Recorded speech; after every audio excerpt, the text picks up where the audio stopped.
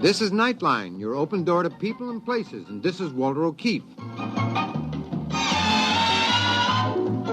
Nightline invites you to listen in on NBC's award-winning science fiction series X-1.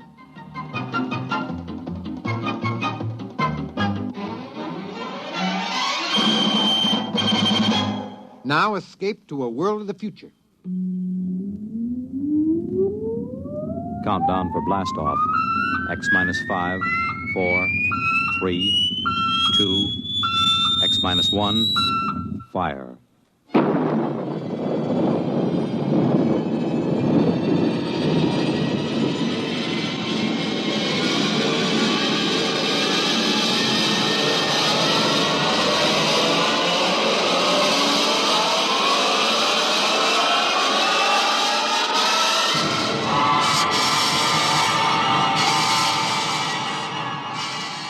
From the far horizons of the unknown come tales of new dimensions in time and space. These are stories of the future, adventures in which you'll live in a million, could be years, on 1,000 maybe worlds. The National Broadcasting Company, in cooperation with Galaxy Science Fiction Magazine, presents X minus 1.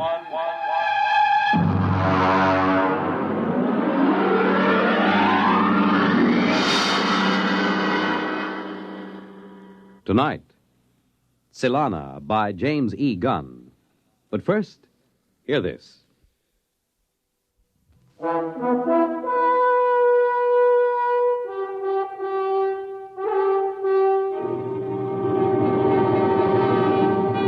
Now, X-1. Our story, Tsylana by James E. Gunn. My name is Norman Blake, statistician first class. At 2:30 p.m. on Monday, October 21st, in the year 2055, I became a deviant. I left my job an hour early. To deviate from the norm was unheard of in a perfectly adjusted society such as ours. Thanks to the great psychologist Kinder, we had a society where everybody's job suited his talents and needs, where children were raised scientifically, and where everyone lived happily on an even keel instead of swinging back and forth from gloom to ecstasy. Then I noticed it, the single flaw in the perfect system. Come in. Yes, Norm. Henry, I'd like to talk to you for a moment, privately. Close the door. It's rather unusual for me to see one of my statisticians privately, but since we're old friends... Something rather serious has come up. Oh? As you know, my duty is to check the computers to make certain there are no deviations. Yes? This morning, I ran over the figures for our district. Here is the sheet. The deviation is near the bottom. 1,037 gallons of water purified, 1,037 gallons consumed, 9,328 births, 9,328 deaths. I see nothing wrong so far, no. Read the next item. One candy bar taken from baby. Well? But don't you see? A baby can't consent. Therefore, it must have been taken without consent. Henry, that is theft. We haven't had a case of theft in this society for almost 29 years. I see. It's got me so upset I can't think of anything else. You're a little edgy, aren't you? Well, wouldn't you be if you knew there was an antisocial being walking the streets of your own city? I don't think I'd quite go to pieces like that. Maybe, well, this is just a suggestion. Maybe you ought to see an analyst. Perhaps it would help you deal with this problem. I've been analyzed. How long ago? 8 years. Well, unless you're prepared to handle this problem, I'd advise you to get some help. Meanwhile, take the rest of the afternoon off. Off? Deviate from the schedule? As director, and as an old friend of yours, I order it. I consider you to be in extreme upset. That's your order? That's my order.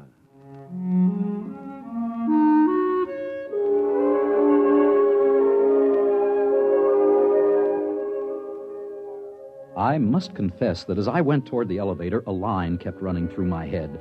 Norm has departed from the norm. I was doing something unorthodox. And what frightened me was that it amused me. Here I was, leaving work 1 hour early. I was so preoccupied that I stepped into the elevator without noticing that someone was already in it. An invasion of privacy almost unforgivable. He was a small, strange-looking man with short silver hair and thick, round glasses. Oops, I beg your pardon. I didn't really know you were... Perfectly all right, stranger. I'll just step out and... Hold it, brother. You've got troubles, I can see. Well, My advice to you is see an analyst. Don't wait another 24 hours. Thank you for the advice. That's more than advice, brother. It's a commercial. Here's my card. Andrew C. Rednick, public analyst. Oh, you're an analyst. Freelance. I didn't know there were any. I'm probably one of the few still practicing. My slogan is, don't kid with your id. If life ain't dandy, come see Andy. I may be up to see you. You will, I can tell.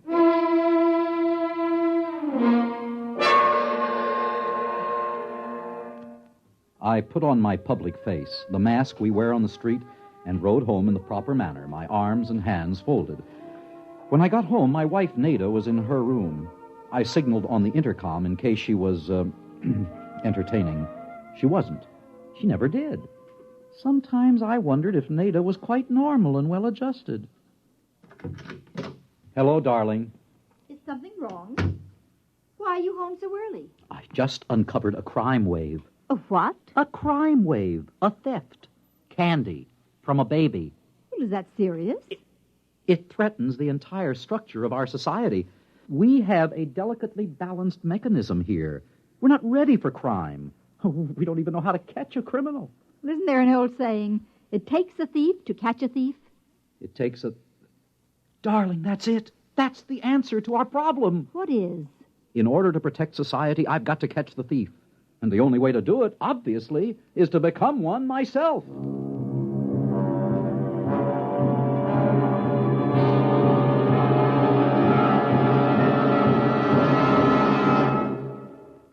You're listening to Tsylana, tonight's attraction on X-1.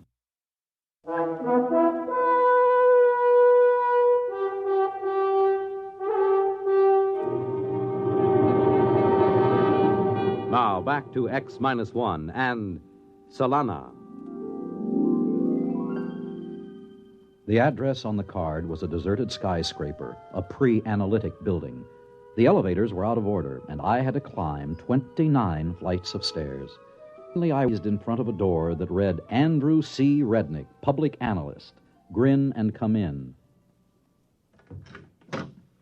Mr. Rednick? It ain't Santa Claus, brother. Who? You wouldn't remember. Park your ego.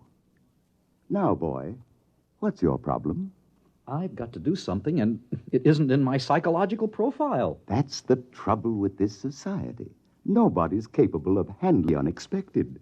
Are you saying there's an advantage to being unadjusted? Don't second-guess the analyst, boy. If you mean by advantage, will you be happier? No. But if you mean power, then you've got it. In a country of normal people, the neurotic man is king. You want to be king, boy? Of course not. I'm perfectly happy and well-adjusted, except for one little problem. Namely? I've got to catch a thief. So? So I've got to know how a thief thinks and feels, what he does, where he goes. You mean you want to become neurotic? Exactly. This is a rather unorthodox request. I suppose it is.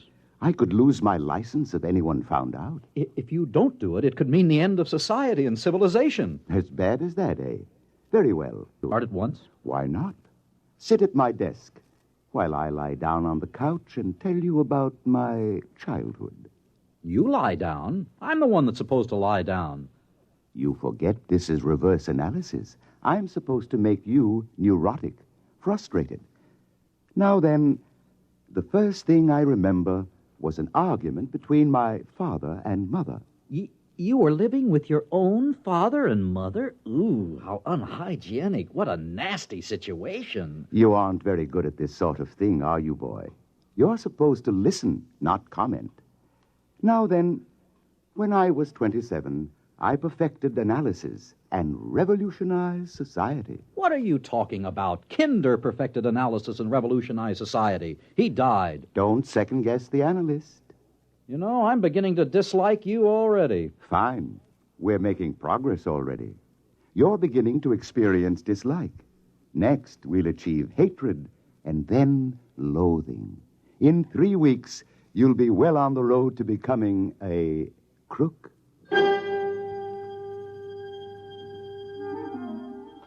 Every day for the next week, Rednick lay comfortably on his red leather couch, rambling about his childhood and his problems, while I longed to tell him about my own. I grew more and more repressed, and my disposition became worse and worse. On the 8th day, something happened at the office that made me realize I had to hurry. Come in. Henry, it's happened. What? The thief has struck again, but this time it's even more serious. What did he take? $1 million is missing from the First District Bank. Great Scott. We've got to find this thief, Henry. We're doomed if we don't. Well, maybe he's worked out his repressions. After all, what can a man steal after he's stolen $1 million? I don't know, but I intend to find out. Maybe you ought to drop it, Norm. How can you say a thing like that? It's positively antisocial. Calm down now. You're all upset again. Why don't you take the day off and go home? Spend some time with that lovely wife of yours. She misses you. How do you know? Norm, boy, do I detect a note of jealousy? You'd better watch your step. Jealousy is the forerunner of violence. Are you seeing an analyst, as I suggested? Yes, I am. Well, keep at it, boy. You're in bad shape.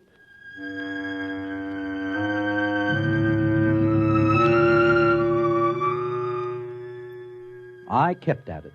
By the time the annual status examinations were due, I was a complete wreck. I hated Andrew Rednick with a passion. I was ambitious and jealous. I had even sunk to that basest of all passions. I had fallen in love with my own wife. And still I had not been able to ferret out the thief. He had not struck again. Ah, you're early, son. So I'm early. You'll have to wait. I have another patient. What? You'll have to wait. I have another patient in the other room. He'll be leaving in a minute. Just sit down. Another patient. I could have killed him. Never occurred to me that Andrew C. Rednick would have another patient. After a few moments, a man emerged from the inner office. He was wearing a silver mask or public face, and naturally I couldn't see his features. As I had my own mask on, he didn't see my features either, but I sensed a certain hostility as he brushed by me. Come in, son. Who is he? Take it easy.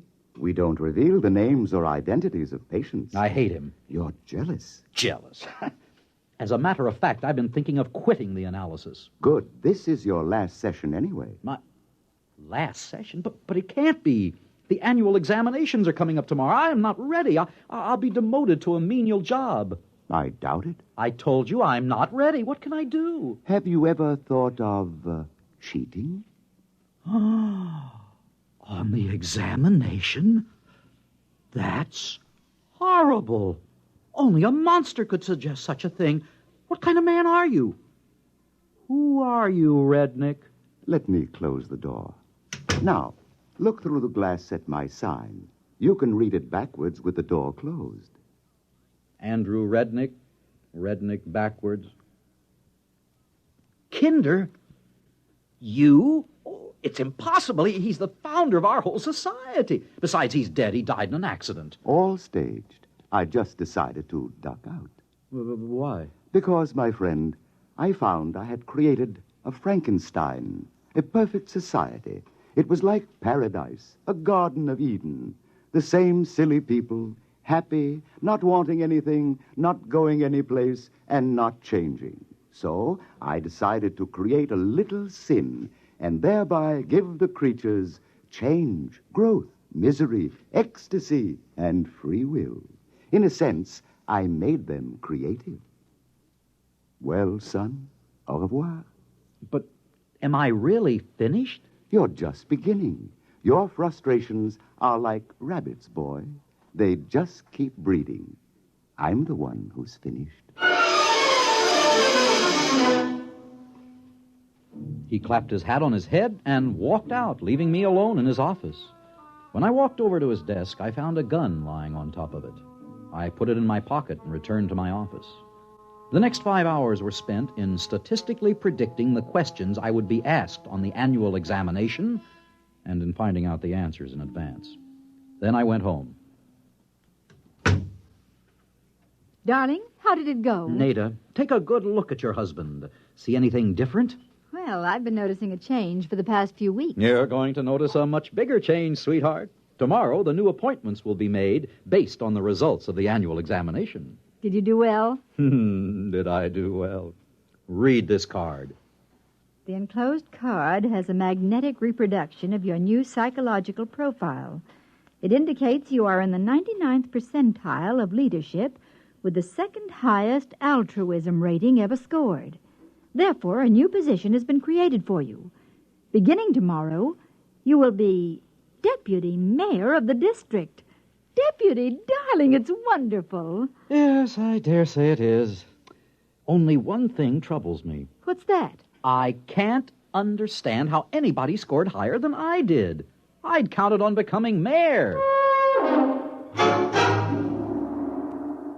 The following day, I reported to the office of the new mayor of our district, the only person who had scored higher than I on the annual examination. I was ushered in promptly. The new mayor was seated behind a huge desk. He wore his public face mask. Mr. Mayor, I'm Norman Blake, the new deputy. Yes, we've met, you know. Oh, I'm afraid I Let don't... me remove my public face. There. Henry Foreman. I'm amazed you didn't guess sooner. How? Quite simple. You and I, dear fellow, have unstable patterns. With me, the first break came the day I took that bar of candy from the baby as I was passing the nursery. My own act frightened me so that I sought an analyst. The same analyst you sought. Rednick? Rednick, Kinder, it's all the same. And you were the thief, and I never... It takes one to know one, Norm. You cheated on the exam, too. Using the computer, just as you did. Are there any others like us? I don't know. We'll find out, though. We're ambitious, you and I. That means we'll be moving up, heading for the governorship, perhaps even the presidency. And then we'll collide with the others, if there are any. As Rednick said, in a world of normal people, the neurotic is king. The only trouble with that is there can only be one king. That's right.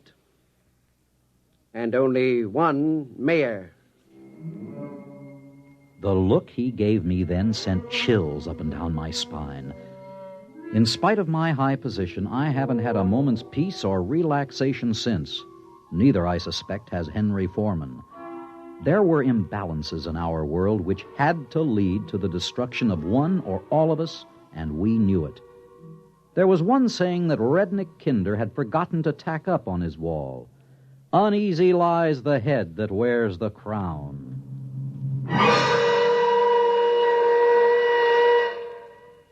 Fred Collins again, and I'll have another word for you about X-1 in a moment. The attention of the nation is focused on Los Angeles and New York, the cities where two long-awaited World Championship boxing matches will take place. The ears of the nation will be tuned to Cavalcade of Sports on NBC Radio, the only network that will bring you both these championship bouts. Friday night, Archie Moore versus Tony Anthony for the light heavyweight crown. Monday night, Sugar Ray Robinson versus Carmen Basilio for the world's middleweight title. And you'll hear them both direct from ringside only on Cavalcade of Sports on NBC Radio. Yes, Friday night, light heavyweight champ Archie Moore pits his skill and experience against the youth and stamina of Tony Anthony. Monday night, Sugar Ray Robinson, one of the greatest boxers in history, defends his middleweight crown against Carmen Basilio. Two great championship fights, Friday night, Moore versus Anthony, Monday night, Robinson versus Basilio. Both brought to you direct from ringside on Cavalcade of Sports, exclusively on these same NBC radio stations. You have just heard X-1, presented by the National Broadcasting Company in cooperation with Galaxy Science Fiction Magazine, which this month features Morning After by Robert Sheckley. What was Pearson doing here? Would he live or die? For the answers to these and other questions, he had to keep tuning in on a hangover. Galaxy Magazine, on your newsstand today. X-1 has brought you Tsylana, a story from the pages of Galaxy written by James E. Gunn and adapted for radio by George Lefferts. Featured in our cast were Walter Black as Norman Blake, David Ross as Andrew C. Rednick, Adele Ronson as Nada, and Guy Rep as Foreman. This is Fred Collins speaking. X-1 was directed by George Voutsas and is an NBC Radio Network production.